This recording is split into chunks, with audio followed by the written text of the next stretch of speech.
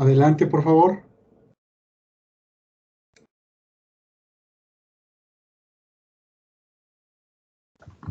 Sí, bueno, buenas tardes, profesor y compañeros. Vamos a empezar con el tema 3.3, que es medidas estrictas de limpieza, desinfección y esterilización de dispositivos médicos y material quirúrgico. Siguiente, por favor.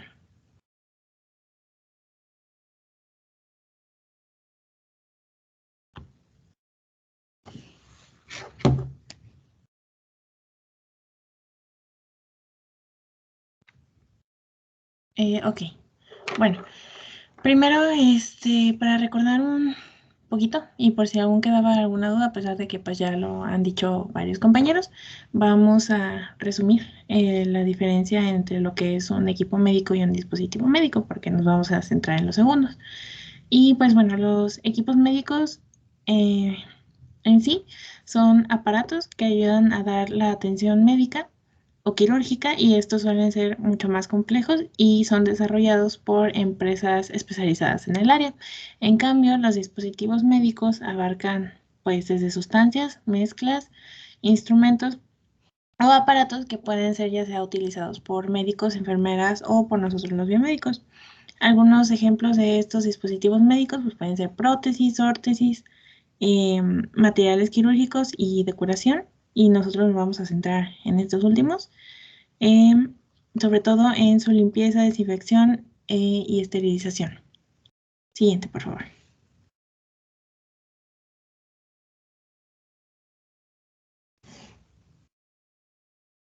Mm,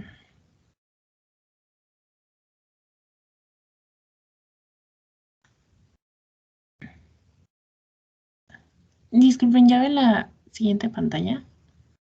Es que creo que se me está atrasando un poco el internet. Tampoco se me ha movido a mí.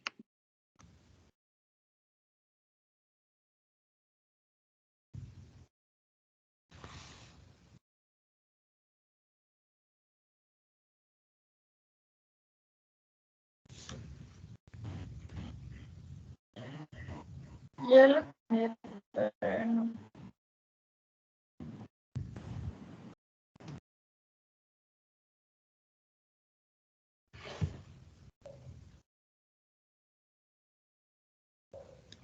Profe, ¿nos podría dar un minutito para arreglar esto, por favor? Sin ningún problema. Gracias. Sí, nada más con que las descargue y ya. No hay problema.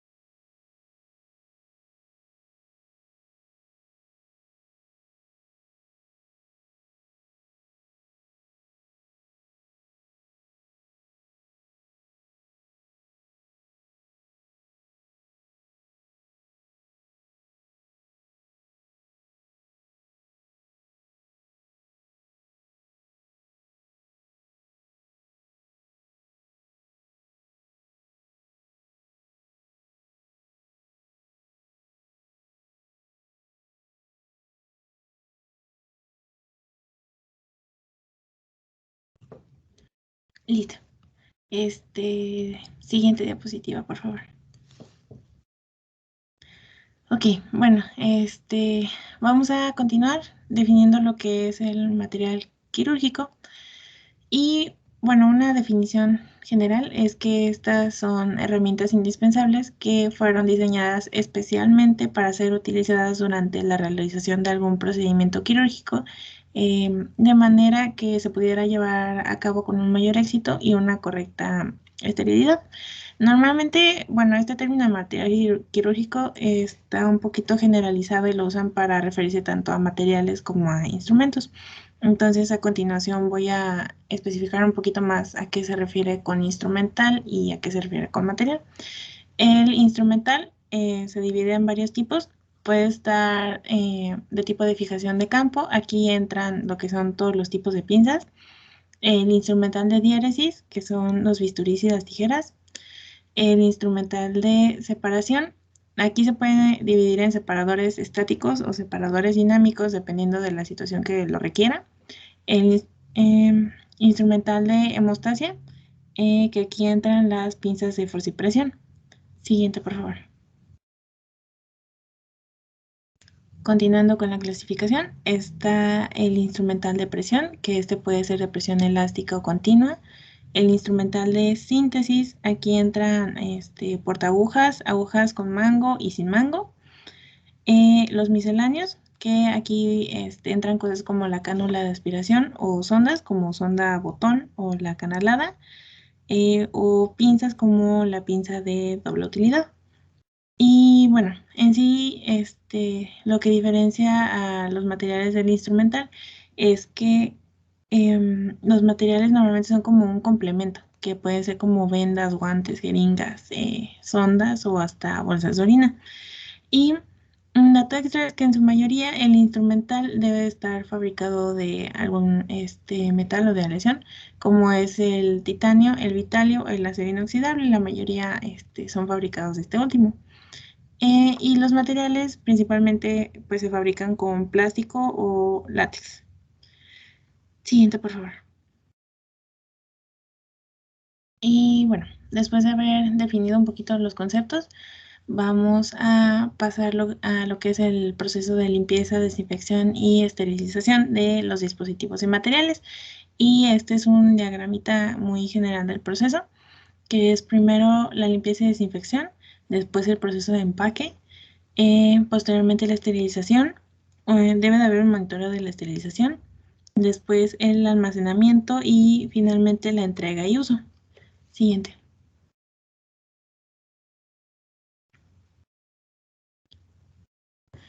Ok.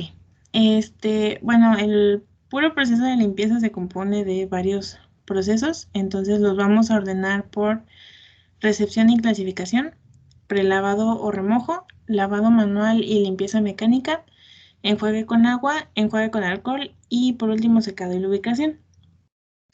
Primero, en el paso de recepción y clasificación, bueno, se reciben los materiales en lo que es la llamada zona sucia o zona roja. Y aquí se debe registrar su estado en que se encuentra y el área de procedencia. Estos primero debieron de haberse llevado con todas las precauciones y utilizando el coche de transporte para evitar cualquier accidente. Y el personal debe de recibir estos materiales utilizando guantes. Después se clasifican estos por los materiales de los que están hechos, ya sea por metal, polietileno, goma o plástico o incluso vidrio. Después el segundo paso es el prelavado o remojo. Esto ayuda principalmente a su principal objetivo es reducir al máximo el número de microorganismos que pudiera tener el material. Y este proceso se realiza sumergiendo el material en un recipiente que contenga detergente enzimático al 0.8% durante al menos un minuto, a menos de que tenga adherido un material orgánico, o sea, que esté bastante adherido, entonces se puede dejar un poco más de tiempo, aunque no debe de pasar de los 5 minutos, esto para evitar la corrosión del material. Y bueno, después de este remojo se debe de pasar bajo el chorro de agua. Y algo que se me olvidó mencionar es que primero los instrumentos deben de ser desensamblados, por lo mismo de que para que sea mejor el proceso de limpieza. Después, para el lavado manual y limpieza mecánica, en el lavado manual se vierten a través de todos los canales que tenga el instrumento o el material detergente enzimático diluido y se cepilla utilizando un cepillo blando, principalmente para evitar dañar el material. Después se enjuaga con agua potable y luego con agua blanda. Y para la limpieza mecánica, esto depende un poquito del centro, si cuenta con lavador ultrasónico o lavador desinfectador, que estos son básicamente una medida de apoyo para alcanzar las áreas difíciles. Siguiente, por favor. Bueno, seguimos con el enjuague con agua. Esta agua debe estar a una temperatura que no sea mayor de 45 grados centígrados de preferencia. Posteriormente tenemos el enjuague con alcohol. Debe realizarse con alcohol puro de 96 grados, en especial si se trata de instrumentos que tengan huecos o corrugados. Y para ya los pasos finales tenemos el secado y la lubricación. El secado puede ser manual, que es utilizando un paño o aire comprimido, o automático. En el automático se utilizan cámaras especiales que... sí, bueno, cámaras especiales para secado de tubuladuras y corrugados. Y por último, la lubricación. Este es exclusivo para el material quirúrgico. Se hace con una solución lubricante que sea soluble en agua, especial para esterilización. No se puede usar de otro tipo. Y algunos de estos lubricantes pueden contener inhibidores de óxido. Esto previene la electrólisis de las puntas, por ejemplo. Siguiente, por favor. Y bueno, la desinfección. Apoyándonos un poco en lo que ya mencionaron unos compañeros anteriormente, con la clasificación de Spalding, pues clasificó los instrumentos en críticos, semicríticos y no críticos. Esto a su vez nos da pautas para clasificar la desinfección en de alto nivel, nivel intermedio y de bajo nivel. Y por ejemplo, lo que hace la desinfección de alto nivel es que elimina absolutamente todos los microorganismos. En la del nivel intermedio se eliminan bacterias vegetativas y esporas bacterianas. Y la desinfección de bajo nivel puede eliminar bacterias vegetativas, hongos y algunos virus en un periodo corto de tiempo. Y algunas de las sustancias que se utilizan en cada nivel, por ejemplo en el de alto nivel, es el dióxido de cloro, el ácido peracético, el peróxido de hidrógeno. En el nivel intermedio se utilizan los fenoles, el hipoclorito de sodio y el cloruro de benzalconio. Y del bajo nivel usualmente son utilizados los amonios cuaternarios. Siguiente, por favor. Ahora, bueno, ya mencioné que hay varios niveles de desinfección, pero entonces vamos a definir lo que es la desinfección propiamente dicha, que es el proceso general que abarca a los 3 niveles. Bueno, esta contempla varios pasos.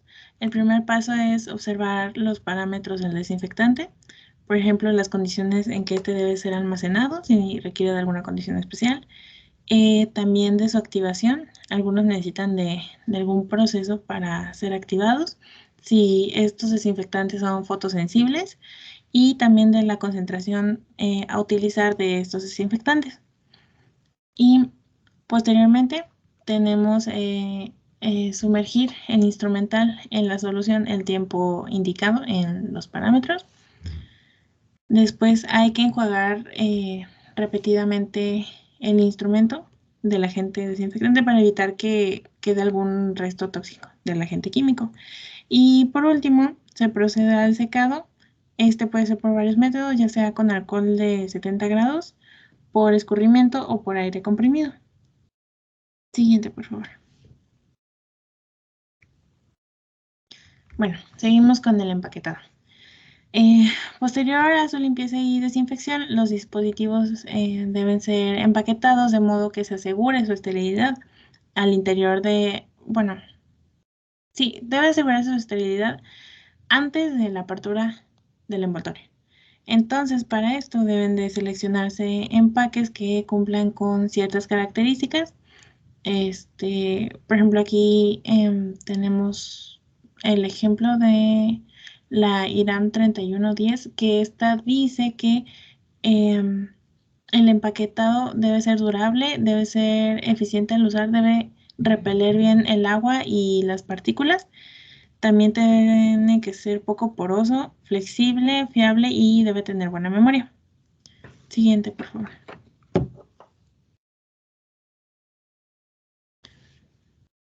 Y ahora el proceso de esterilización. Bueno, se nos marca que todo artículo que sea de carácter crítico debe de ser sometido a una esterilización, y esta esterilización va a ser dependiendo de su compatibilidad con el calor y la humedad. Por ejemplo, hay materiales que son resistentes al calor y compatibles con la humedad, y estos son los que deben someterse al autoclave. Que esto, bueno, aquí entra la medida del instrumental. Pero, por ejemplo, si algún material es resistente al calor e incompatible con la humedad, pues este debe ser esterilizado con calor seco. Eh, un ejemplo de esto sería aluminios, vidrios y porcelanas. También hay otros tipos de esterilización que utilizan métodos químicos. Pueden ser gaseosos, que se realizan en cámaras con ciclos automatizados, o pueden ser métodos químicos por inmersión, nada más que estos últimos son como que la última opción para usar, porque realmente no aseguran la completa esterilidad. Siguiente, por favor. Y ahora que ya mencioné la mayoría de los materiales e instrumentos que se someten a esterilización por autoclave, perdón, bueno, ¿cuál es el proceso que hace el autoclave? Esta básicamente es una esterilización a vapor, que es pues en sí calor húmedo. Lo que hace es elevar mucho la temperatura en tiempos cortos, y esto permite no dejar residuos en el material que puedan resultar tóxicos. Existen varios tipos de autoclaves divididos en 3 clases: la clase N, la clase B y la clase S. En la clase N, de manera muy general, tenemos que los autoclaves son de dimensiones bastante reducidas y esterilizan material muy simple, o sea, ahí no podemos meter textiles ni materiales porosos, tampoco podemos meter productos embolsados, principalmente porque no tiene la capacidad de llegar ni a la temperatura ni a la presión necesaria para una esterilización completa. Y estos, pues se usan principalmente para materiales que no vayan a tener una aplicación estéril, es como que por rápido. En los de la clase B, estos sí esterilizan todos los materiales. Aquí podemos meter los textiles, materiales porosos, y tienen dimensiones mucho más grandes. También tienen un ciclo ya especificado para probar la penetración del vapor, y disponen de ciclos gravitatorios y de vacío. Estas son las más precisas. Y por último, la clase S, que son como un término medio entre las autoclaves de clase N y las de clase B. Son de tamaño mediano y usualmente incorporan una bomba de vacío. Siguiente, por favor. Y bueno, algo muy importante a resaltar es que no podemos garantizar la esterilidad de un instrumento si este desde un principio no ingresó limpio al proceso. Es como una cadenita, debe de seguirse todo el proceso completo y de manera correcta para que se garantice la esterilidad. Siguiente, por favor. Y bueno, vamos a adentrarnos un poquito en normativa. Tenemos la NOM 137 del 2008. Esta se refiere al correcto etiquetado de los dispositivos médicos. En esta norma se establecen los requisitos mínimos que debe contener el etiquetado de los dispositivos médicos, como los que ya mencioné, que son materiales quirúrgicos, de curación, agentes de diagnóstico o productos higiénicos, enfocado totalmente a productos que se vayan a comercializar o que se destinen a su uso dentro del territorio nacional. Esto pues para informar correctamente a los usuarios. Siguiente, por favor. Y bueno, en estas tablitas muestro algunos de los símbolos y leyendas que pueden ser utilizados por ejemplo, en sustitución de leyendas que ya traigan los productos, pero para que sean en, pues entendibles aquí en el territorio nacional. Siguiente, por favor.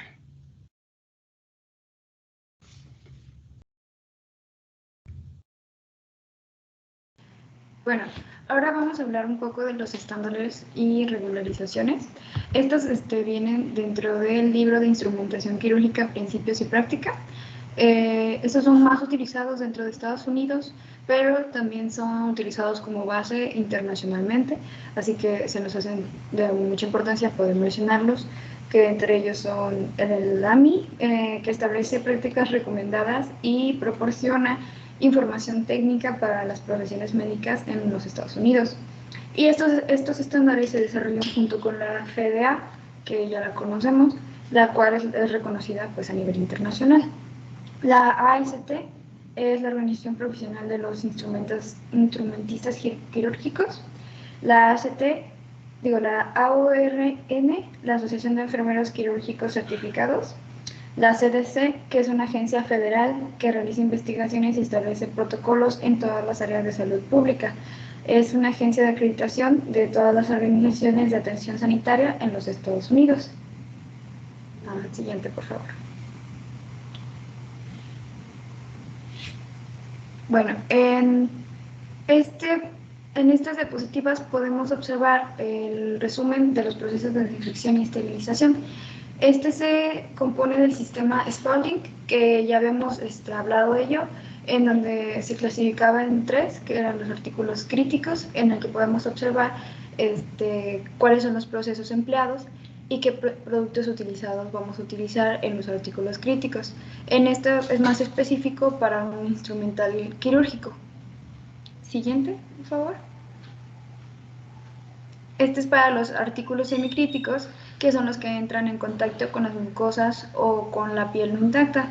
Igual nos dice cuáles son los procedimientos que debemos de seguir y cuáles son los productos propios para este tipo de instrumentación. Siguiente. Y los artículos no críticos, que entran en contacto con la piel intacta, pero no con las mucosas. Los productos son aprobados por la Environment Protection Agency y la FDA y deben de respetar las instrucciones de los fabricantes. Siguiente. Bueno, ahora tenemos el ciclo de reprocesamiento. También venía en el libro, pero vamos a aportar también con las normas mexicanas. Entonces, el equipamiento utilizado en la atención a los pacientes está potencialmente contaminado con microorganismos que son patógenos y debe de reprocesarse para ser usado con seguridad en el siguiente paciente. El reprocesamiento es un procedimiento que va por pasos, como podemos observar en la imagen. Es un protocolo muy estricto y pues el material pasa por los siguientes pasos. Vamos a dar como un pequeño resumen. Primero se mantiene limpio y ordenado el sitio de uso, luego se transfiere al área de procesamiento acondicional de manera que esté protegido y se evite la contaminación del ambiente o del personal, lo cual es muy importante porque hay que recordar que existe riesgo biológico en todos los utensilios que están usados con lo que es el paciente. Después se descontamina para su manipulación segura. Se lo prepara para la esterilización o la desinfección. Podemos hablar que estos pasos ya los hemos mencionado como generalmente para dispositivos médicos, pero ahora vamos a hablar más específicamente para lo que es el material quirúrgico, que lleva ciertos pasos con más especificaciones, con más características propias, porque como está en contacto con mucha piel, mucosa, sangre, entonces hay que tener especial cuidado por el mismo riesgo biológico. Luego se le somete a un proceso de esterilización o desinfección con autorización y validación simultánea del proceso. Hay que checar que todo esté bien, inspeccionarlo. Después se almacena en condiciones que se mantengan en estado de esterilización para poder volverlo a utilizar. Cabe destacar que pues ya dijimos que se han mencionado varios de estos pasos, pero pues vamos a ser más específicos. Primero se debe tomar en cuenta la limpieza del lugar y descontaminación. Como vimos en un subtema pasado, hay que seguir ciertos pasos para la limpieza adecuada en las paredes y pisos dentro de un hospital.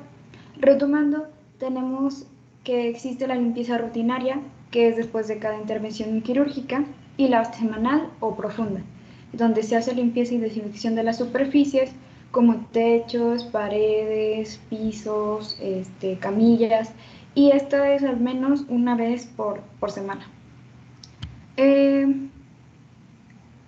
De igual forma, la infraestructura para una unidad quirúrgica, como nos mencionaba Aranza, que hay que ir por ciertos pasillos o por ciertas salas específicas, deben de ser es una circulación muy restringida para que se mantengan las condiciones de asepsia y ambiente estéril. Esto está dentro de la norma oficial mexicana, la NOM 016 SSA 3 2012, y este establece las características mínimas de infraestructura y equipamiento de hospitales y consultorios de atención médica especializada. Todo esto, como las áreas, vamos a especificarlo con mayor detalle cuando veamos lo que es áreas hospitalarias, pero pues no está de más mencionarlo porque en esta norma también a veces se conoce como de la norma de esterilización y desinfección, porque establece regularizaciones que permiten unificar criterios mínimos de distribución, de funcionamiento, de construcción, los recursos humanos y técnicos, así como el mobiliario e instrumental de los establecimientos de atención médica. Siguiente, por favor. Bueno, durante la operación, como hemos dicho, los materiales quedan expuestos a la sangre, a los tejidos corporales, y estos se deben de limpiar periódicamente para evitar que la sangre y los tejidos se sequen en el material y sea mucho más difícil de remover. Entonces, para esto se puede utilizar una gasa húmeda o bien se pueden colocar los instrumentos en una cubeta con agua, pero hay que saber qué instrumentos pues se pueden sumergir y qué instrumentos no se pueden sumergir. Nunca debe de usarse una solución fisiológica porque, como dijimos, puede tener la formación de picaduras y de óxido o corrosión, y pues no se busca eso. El material que no es sumergible también tiene que estarse limpiando periódicamente. Muchas veces lo especifican los fabricantes. Al finalizar la cirugía, se separan los instrumentos cortantes para evitar las lesiones y el instrumental se coloca en un carro de transporte cubierto cerrado para ser transferido al área de descontaminación. Es muy importante también tomar en cuenta la ropa de descontaminación. Todo el personal que trabaja en el área de descontaminación debe de vestirse con equipos de protección personal. Para los equipos de protección personal también encontramos una norma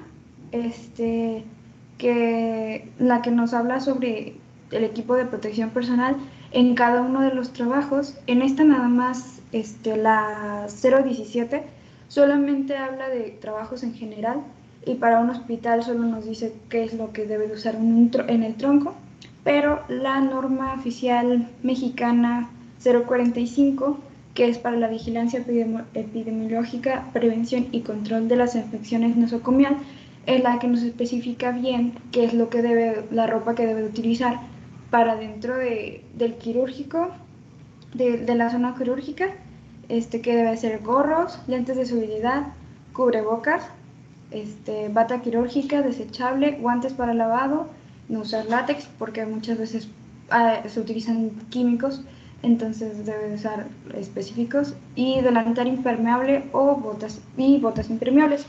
Todas estas medidas se hicieron más críticas o más específicas debido a la contingencia de COVID, entonces ha habido actualizaciones constantes para tomar medidas para no tener problemas con lo que es el COVID-19.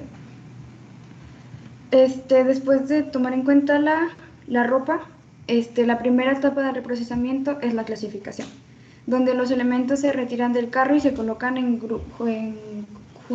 grupos según la categoría. Esto también está especificado en la norma 087, que es la norma oficial mexicana, que nos habla sobre los residuos peligrosos biológicos infecciosos, y es la clasificación y especificaciones de manejo. Esto también ya nos lo habían comentado en el primer tema, donde hablamos sobre las normas y pues podemos buscar más información específicamente en ella. Una vez clasificado el material, se hace la limpieza manual, como ya nos había mencionado Aranza, que podemos usar como un cepillo para quitar todo el exceso de tejidos.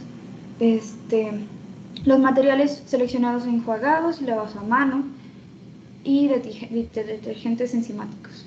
Los que no son sumergibles se limpian de acuerdo a especificaciones de los fabricantes. Después utiliza el limpiador ultrasónico, pero este no esteriliza, simplemente hace un proceso llamado cavitación.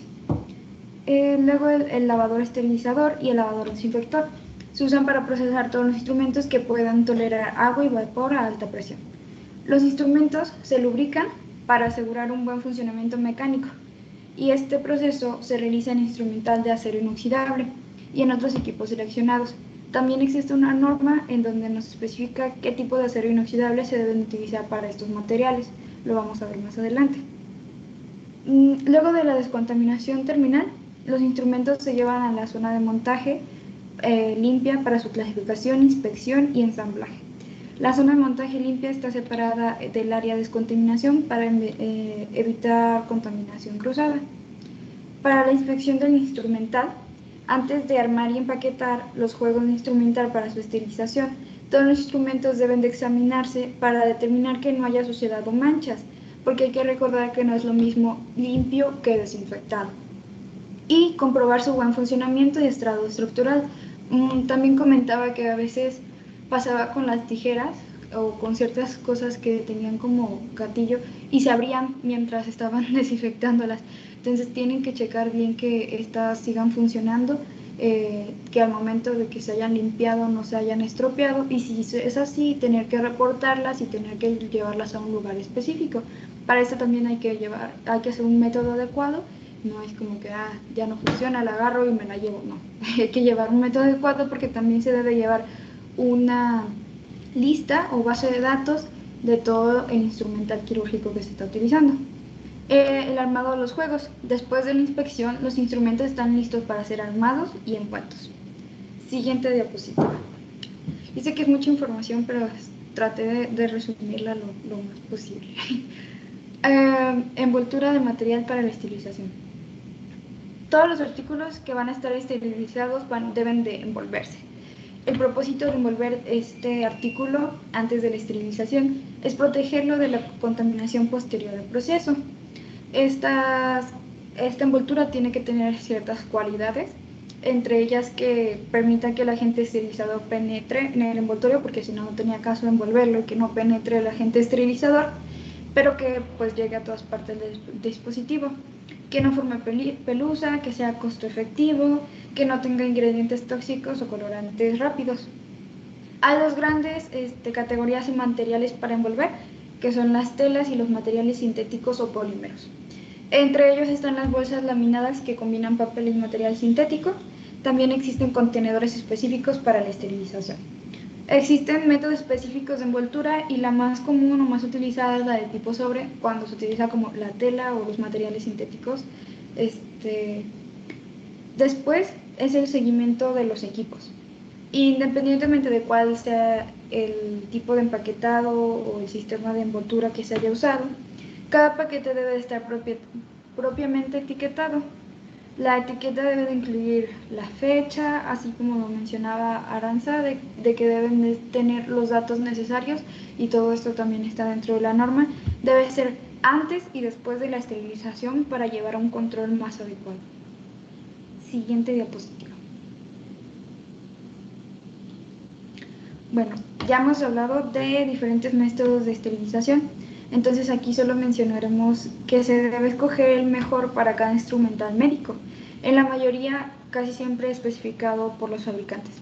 De igual forma, existe una norma específica para los materiales quirúrgicos de acero inoxidable, donde se habla sobre la identificación de estos y su correcto uso, que es la norma 068. En esta especifica que los materiales de acero inoxidable deben de venir clasificados de una forma y grabados de forma que no vaya a comprometer el uso. En esta tabla podemos observar las propiedades de los desinfectantes, porque debemos de recordar que no todos los desinfectantes se pueden utilizar en todos los materiales, porque a veces pueden ser corrosivos para ellos.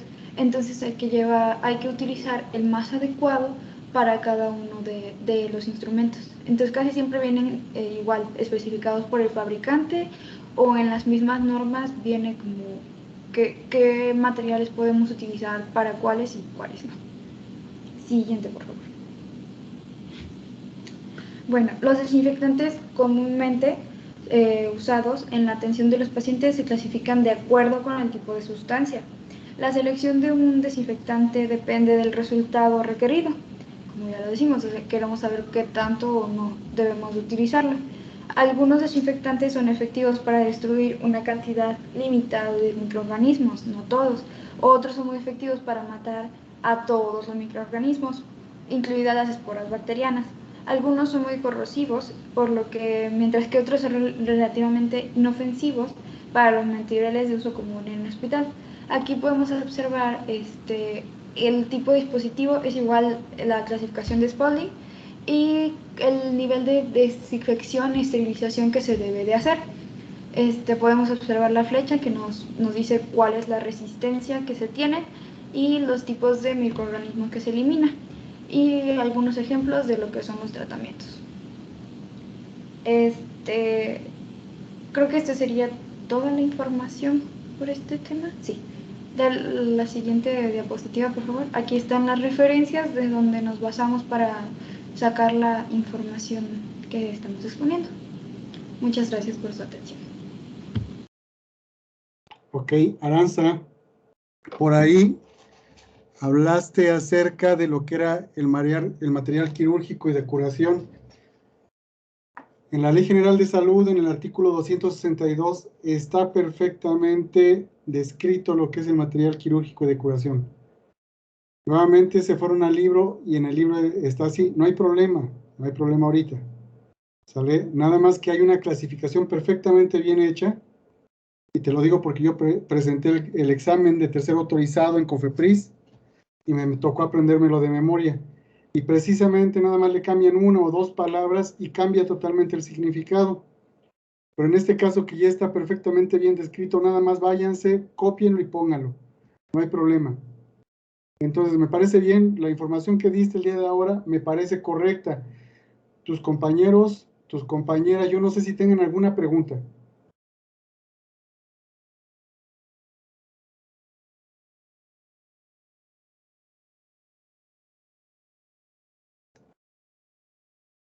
¿No hay preguntas? Bueno, yo, Doc, yo tengo duda, pero así como en general. ¿A los ingenieros biomédicos también les toca lavar ese material o le toca a otro personal médico? Todo depende de los dispositivos que sean. Si a ti te toca hacer, si estás trabajando con ventiladores, no te salvas por nada. Te toca ir a ti, de cajón te toca hacer eso. Si es instrumental, usualmente hay enfermeras, la instrumentista es la responsable de hacer eso. Si estás trabajando, en algunas ocasiones, los broncoscopios, los endoscopios y los laringoscopios se los dejan a cargo a ingeniería biomédica. Y al que le toca precisamente es al ingeniero biomédico. Nada más los lavan y ellos los desinfectan. Usualmente es con Sidex, con lo que se hace. ¿Sí, Fabián? Sí, Doc, muchas gracias. ¿No? ¿De qué? ¿Preguntas, comentarios, muchachos? Adelante, Roberto. Ahorita lo que dijo, que por lo general los laringoscopios a los de ingeniería biomédica. ¿Cuál es la razón o sea, a nosotros en específico? ¿Es por alguna operación a fuerzas debe hacerlo el ingeniero biomédico o cuál? Sí, lo que sucede es que la norma 016, la de los requisitos mínimos que debe de tener un consultorio o un hospital, ahí viene que el que debe de hacerlo es el que sabe del equipo médico. Y para saber del equipo médico, ahorita ya hay un artículo en donde dice que para que puedas ejercer como ingeniero biomédico requieres una cédula de profesional de ingeniero biomédico o requieres precisamente los documentos que avalen que tú estás capacitado como ingeniero biomédico. Hay un artículo ahí, es un numeral, no es un artículo, es un numeral. Las normas no tienen artículos, tienen numerales. Si quieres, revísalo y no hay ningún problema. Y también, imagínate el endoscopio, el normal, perdón, el laringoscopio, el, el normal, el convencional, tiene por ahí un sistema que es mecánico y es eléctrico, es electrónico prácticamente. Les decía que cuando ustedes cierran la hoja, en ese momento se enciende la lámpara. Entonces, es por eso, ¿sale? Es por eso. También los endoscopios es lo mismo, también son electrónicos y deben de saber cómo tratarlos para que no le vaya a pasar nada. En algunos hospitales, el responsable de hacer eso es precisamente el médico. El médico es el que se encarga de hacer todo eso. ¿Sí, Roberto? Sí, profesor, gracias. Ok. ¿Preguntas, comentarios?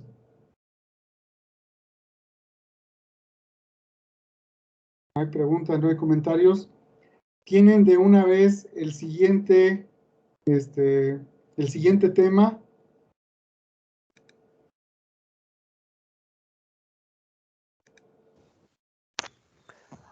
Ok, el siguiente tema tiene que ver con las medidas de prevención en el personal de salud.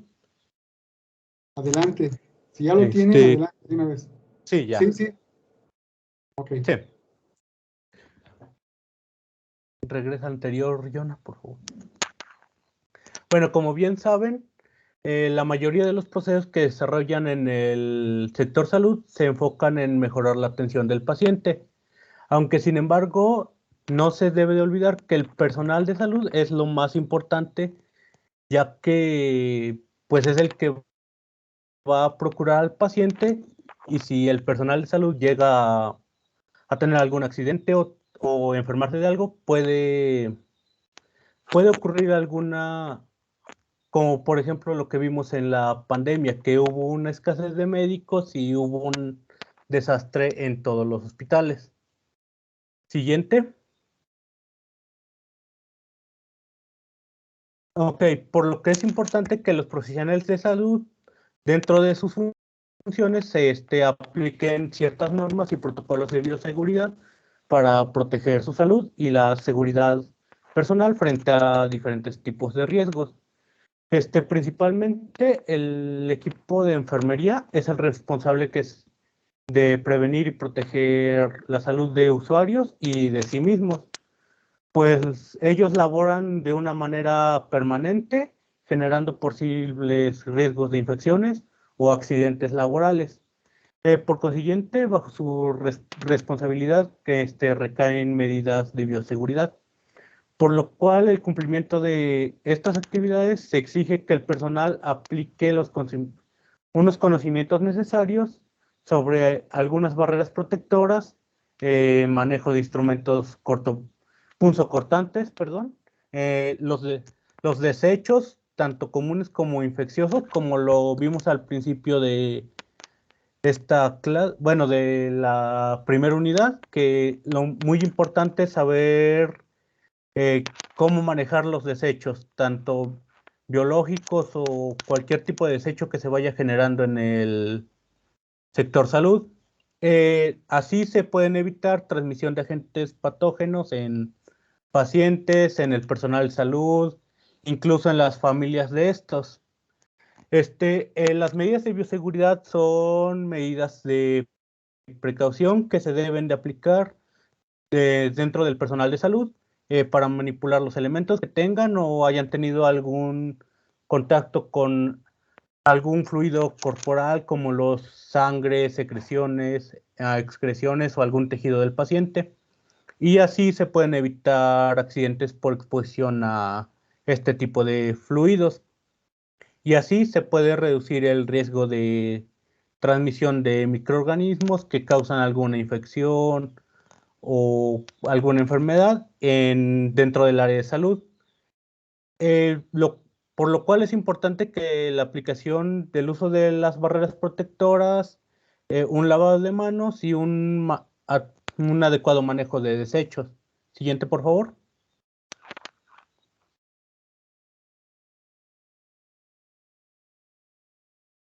Ok, dentro de las precauciones universales, como ya se ha venido diciendo desde hace mucho, el lavado de manos es muy importante para prevenir cualquier tipo de infección dentro del sector salud. Lavado de manos debe ser antes y después del contacto con el paciente. Para realizar un protocolo de lavado de manos, tanto clínico como quirúrgico, se recomienda el uso de un buen jabón antiséptico. El lavado de manos se refiere a la acción de lavarse las manos con algún jabón simple que no sea antimicrobiano y agua. Principalmente la antisepsia de manos tiene que ver con como la aplicación de un antiséptico o alguna fricción antiséptica de manos.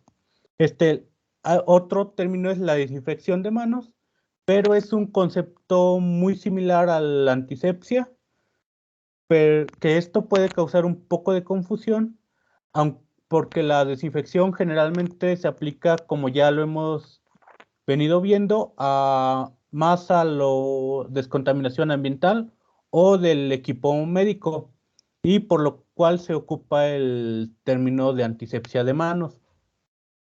Otro aspecto importante del lavado de manos es una preparación quirúrgica de las manos, lo cual se refiere a algún procedimiento recomendado para lavarse las manos antes de realizar alguna cirugía.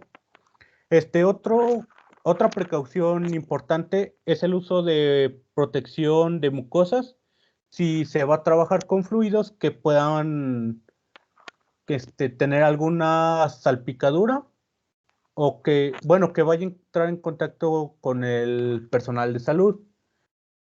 También adoptar algunas precauciones para evitar lesiones por algún corte, alguna pinchadura con los objetos punzocortantes que se ocupan dentro del sector de salud.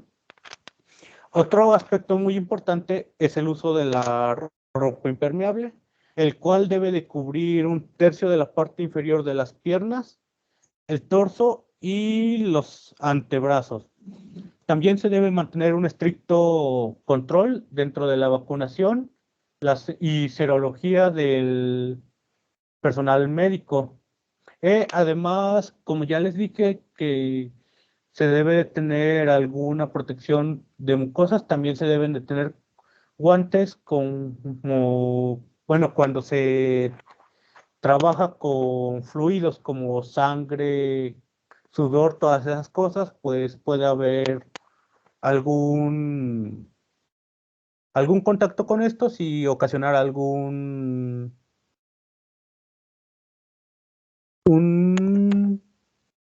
una infección.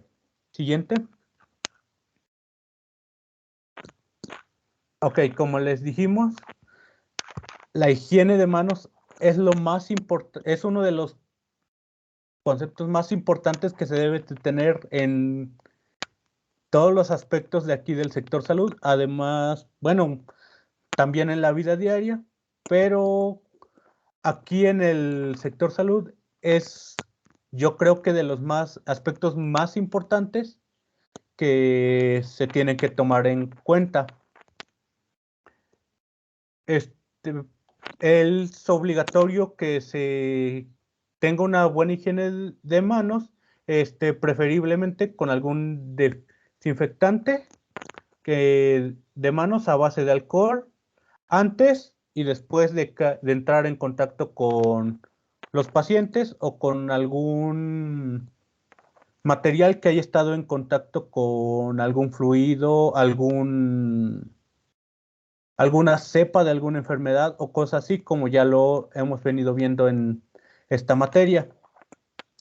También antes de realizar algún procedimiento de asepsia o limpieza, También después de que se expusieron a algún líquido corporal o algún material peligroso. También cuando se toca a un paciente, tanto antes, como ya lo dije, antes y después se debe de lavar uno las manos para evitar tanto contagiar al paciente como obtener algún contagio del paciente hacia el personal. Después también de tocar el entorno del paciente, como se ha visto en esta pandemia, que se tenía instrucciones de que cada vez que tuvieran contacto con algún contagiado se deberían lavar las manos, o incluso si tenían contacto con objetos que tuvieron contacto con algún contagiado, como por ejemplo dinero. Ya ven que a un principio de la pandemia muchas personas, bueno, casi todas las personas llegaban de compras, desinfectaban todos sus productos, el dinero, todo lo que utilizaron en el exterior, para así tener menos probabilidad de contagiarse.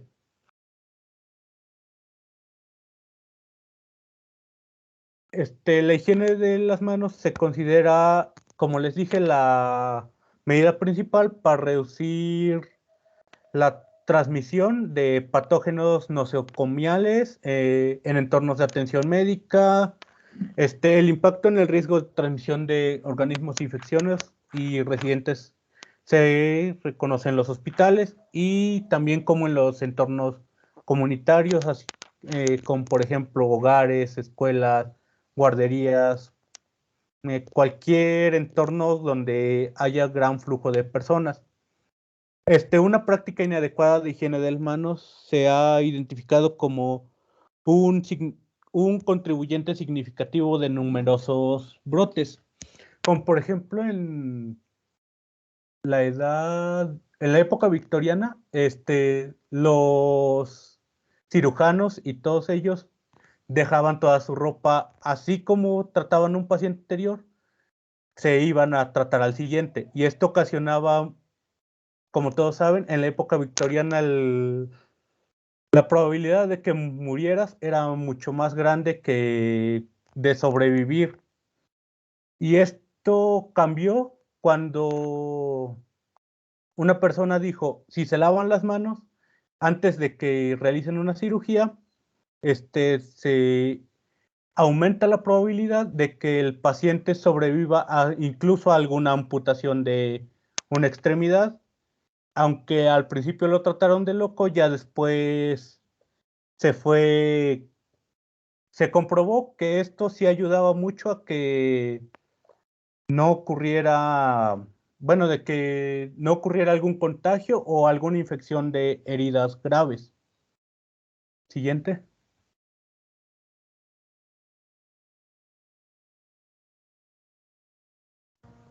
Bueno, pues ahora vamos a hablar sobre el atuendo que debe tener el personal de salud. Para esto lo vamos a dividir en dos secciones, por decirlo de alguna manera. Uno es el entorno quirúrgico y otro es el entorno no quirúrgico.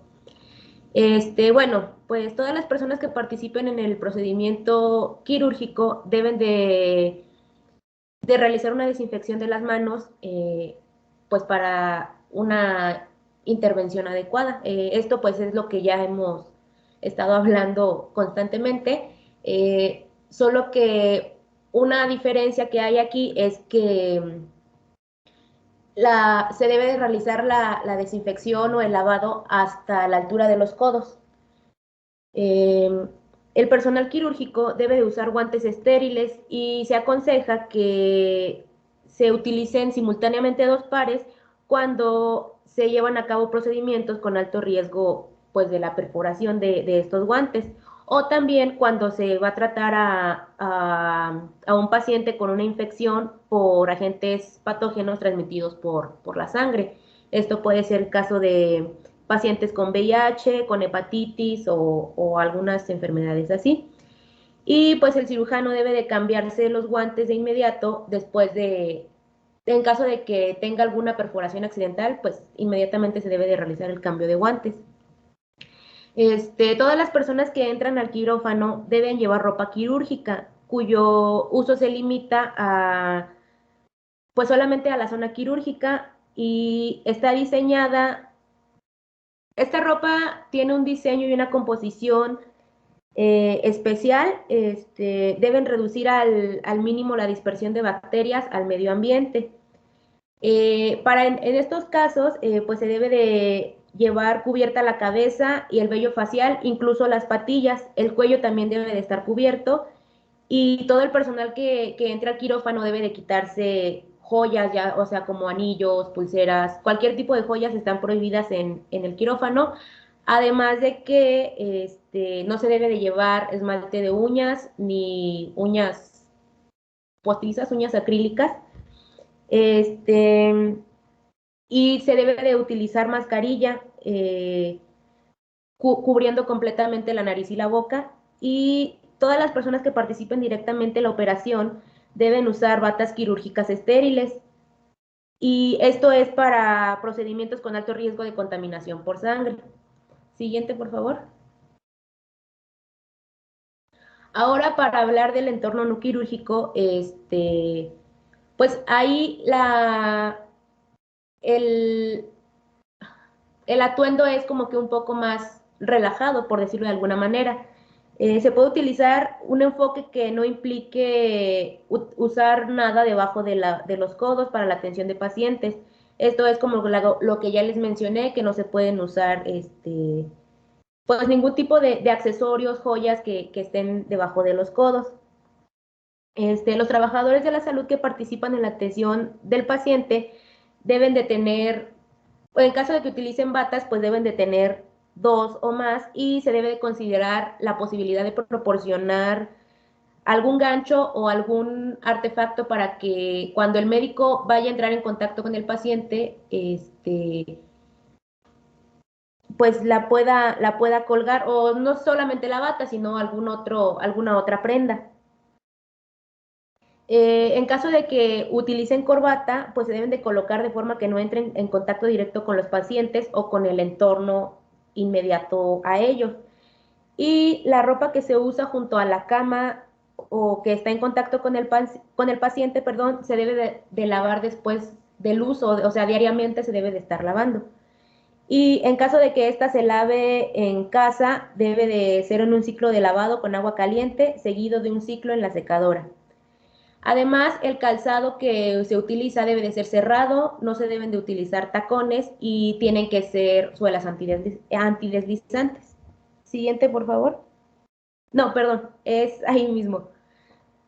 Es obligatorio, como ya se ha estado mencionando constantemente, tener una buena higiene de manos, preferiblemente con desinfectante de manos a base de alcohol, antes y después de cada encuentro con los pacientes. Se deben de utilizar guantes y batas de aislamiento cuando hay probabilidad de contacto con sangre y fluidos corporales. En caso de que también de los fluidos corporales, pues se deben de utilizar lentes protectores y cubrebocas cuando, como ya lo mencionó anteriormente mi compañero, cuando se pueda prever alguna salpicadura. Y, por ejemplo, en el caso ahora o sea, en caso de pacientes que puedan transmitir el virus por vía aérea, como lo estamos viendo ahora con el COVID, pues también en esas ocasiones se debe de utilizar el cubrebocas.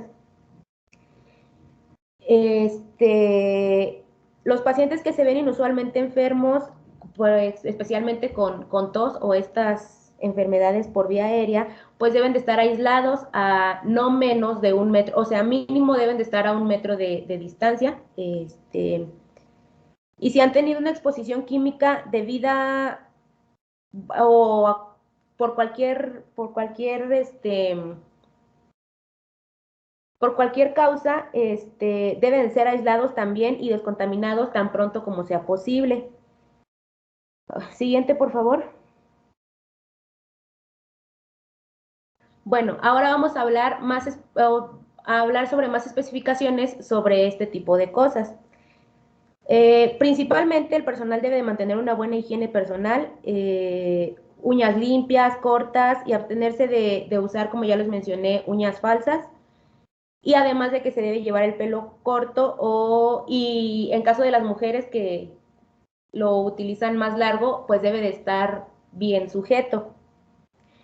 En cuestión de la ropa de trabajo, el personal puede usar normalmente un uniforme particular o ropa de calle como sea preferido o como esté especificado en el hospital, pero debe de estar cubierta con una bata blanca. En lugares especiales como lo es la unidad de cuidados intensivos, tanto los hombres como las mujeres deben de usar un uniforme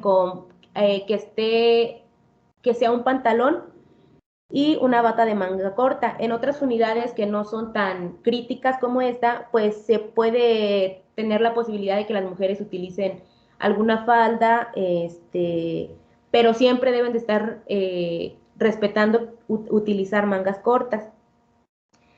En la medida de lo posible, pues se debe de utilizar un uniforme limpio todos los días. Hay que cambiarse de uniforme después de la exposición a pacientes con los que se tuvo algún tipo de salpicadura como fluidos corporales. Los zapatos en las unidades asépticas y en el quirófano se deben de usar zapatos especiales y que sean fáciles de limpiar. En el caso de los gorros, en las unidades asépticas y el quirófano o durante la realización de ciertos procedimientos invasivos, el personal debe de utilizar gorros o capuchas que cubran totalmente el pelo. Para el caso de las mascarillas, pues estas se utilizan en varias situaciones y los requisitos de estas varían según el fin. Por ejemplo, si se trata de la protección del paciente, pues el personal utiliza mascarillas para trabajar en el quirófano, cuidar a los pacientes con inmunodeficiencia y perforar diversas cavidades del cuerpo. Pues para este tipo de procedimientos basta con una mascarilla quirúrgica. Hablando de la protección del personal, pues el personal debe de usar mascarillas al cuidar a los pacientes con infecciones transmitidas por el aire y se recomienda que sea una mascarilla de alto rendimiento. Para el caso de los guantes también se utilizan con dos fines distintos, que es la protección del paciente y la del personal. En el caso de la protección del personal, pues se utilizan guantes sin esterilizar para cuidar a los pacientes con enfermedades transmisibles por contacto y realizar algún tipo de procedimientos como es una broncoscopía. Y pues también es fundamental lavarse las manos al quitarse o cambiarse los guantes y pues estos guantes no deben de ser reutilizados. Siguiente, por favor. Bueno, pues sabemos que los trabajadores de salud están expuestos al riesgo de contraer infecciones por medio de la exposición a estas. Y los empleados de los hospitales también pueden transmitir infecciones a los pacientes y a otros empleados.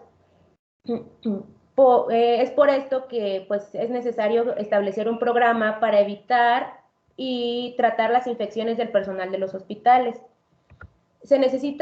Principalmente se necesita examinar la salud de los empleados en el momento que estos se contratan y para esto pues se debe de hacer un examen en el que se comprendan antecedentes de inmunización o exposición previa a enfermedades transmitibles y la inmunidad de estas. Perdón.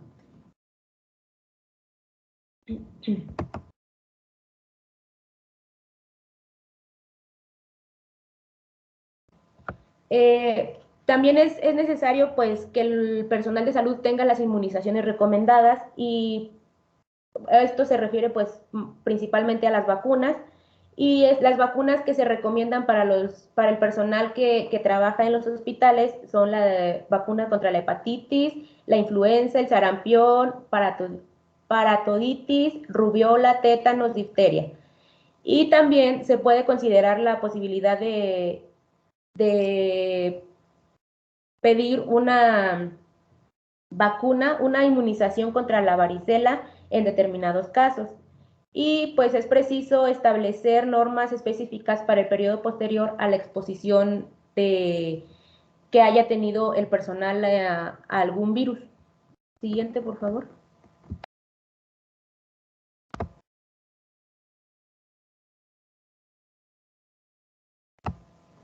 Y pues aquí tenemos algunas referencias en las que nos basamos para para nuestra información.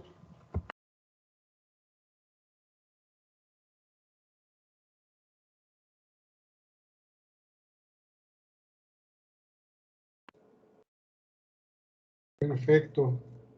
Preguntas, señoritas jóvenes.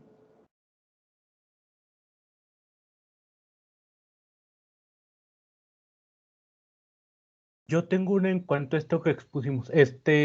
Estuvimos buscando si existía alguna norma conforme, bueno, que tenga que ver con lo de vestimenta, pero no encontramos nada relacionado. ¿Existe alguna que tenga que ver con esto? Esa es una buena pregunta. También desconozco si hay alguna norma. Hay una norma, pero para cómo debes ingresar al quirófano. Pero vestimenta como tal, que yo sepa, no. ¿Sale? Que yo lo sepa, no. Esa es una buena pregunta. De hecho, les iba a preguntar ahorita. Está muy bien, todo lo que expusieron está bien y de hecho son cosas que cuando uno va al hospital, todos la saben.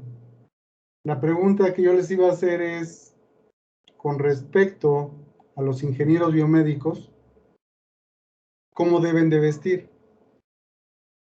Dentro del hospital, naturalmente.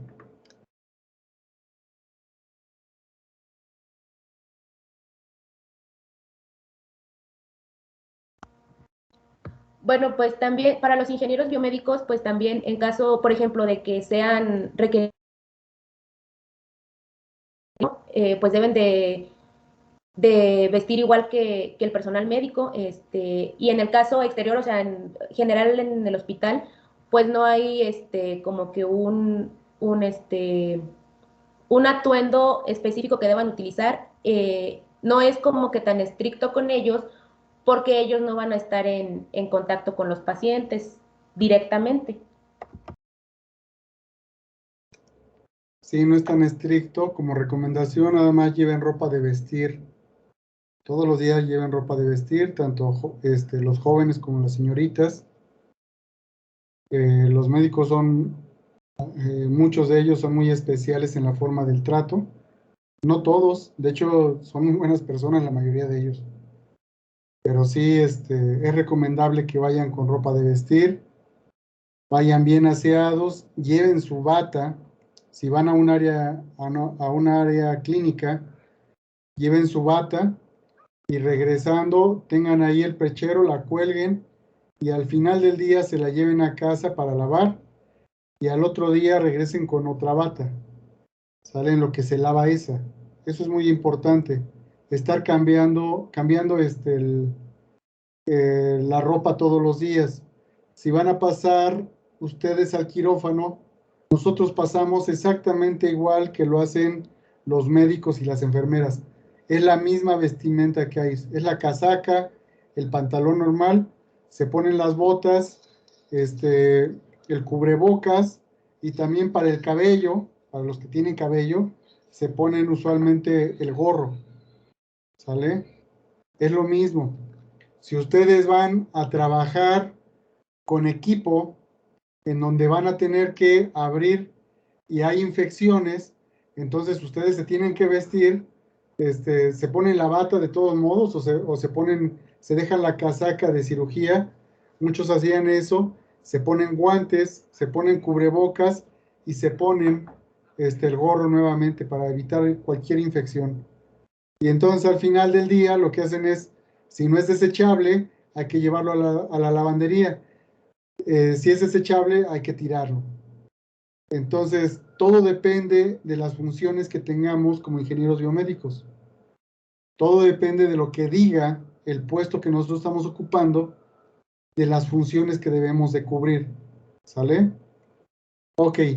Preguntas, comentarios para su compañera. Carla, adelante. Profe, yo iba a decir que yo tampoco encontré una norma, pero nada más encontré una guía para el uso de equipo de protección personal, y era del Instituto Mexicano del Seguro Social. Sí, Carla. De hecho, tenemos en México, tenemos ese problema de que no todo está normado. No todo está normado. Y lo que tenemos que hacer es irnos una de dos, o a las guías, a lo que ya están manejando algunos institutos grandes aquí en México, o nos tenemos que ir a las normas de otros países. Y dependiendo de lo que digan otros países, es lo que nosotros podemos hacer. Entonces, está bien, lo que hiciste está bien, Carla. Preguntas, señoritas jóvenes.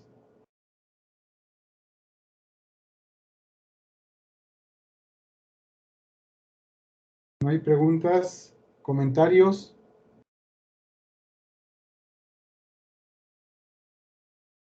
Ok.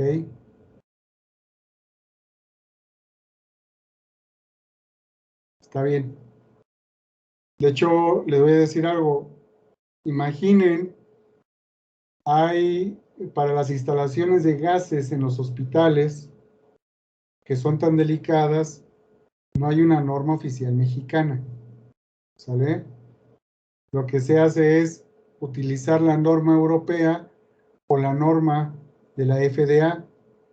Usualmente eso es lo que se hace. Pero la mayoría de las ocasiones las empresas ya llegan y si uno va a contratar el gas con esas empresas, ellas llegan y ponen todo. Y es muy delicado el gas. Entonces, imaginen, si no existe para gases, para otras cosas todavía hace falta. Pero de todos modos, aún así, es un país que está más normado, nuestro país es un país que está más normado que la mayoría de los países de América Latina. Pero bueno, entonces yo creo que si no hay ninguna pregunta, no hay ningún comentario, nos veríamos ya el día jueves, muchachos, para ver el último tema. El día viernes nos reunimos para ver uno de los temas y la siguiente semana nada más vamos martes y jueves, vamos 1 hora y después en la siguiente semana vemos el día lunes, vemos el otro tema. ¿Sale? Para que ya no tengamos que estar yendo todo el tiempo a la universidad. Si no hay preguntas, no hay comentarios, muchachos, les deseo una excelente noche, espero que estén muy bien. Muchas gracias por los trabajos que me han enviado. Tengo por ahí 4 trabajos, me hace falta 1, no hay ningún problema por ello, ¿sale? Que descansen, que estén muy bien. Gracias, profe, igualmente. Que Gracias, estés bien. Gracias, profe. Gracias igualmente. Gracias. Gracias.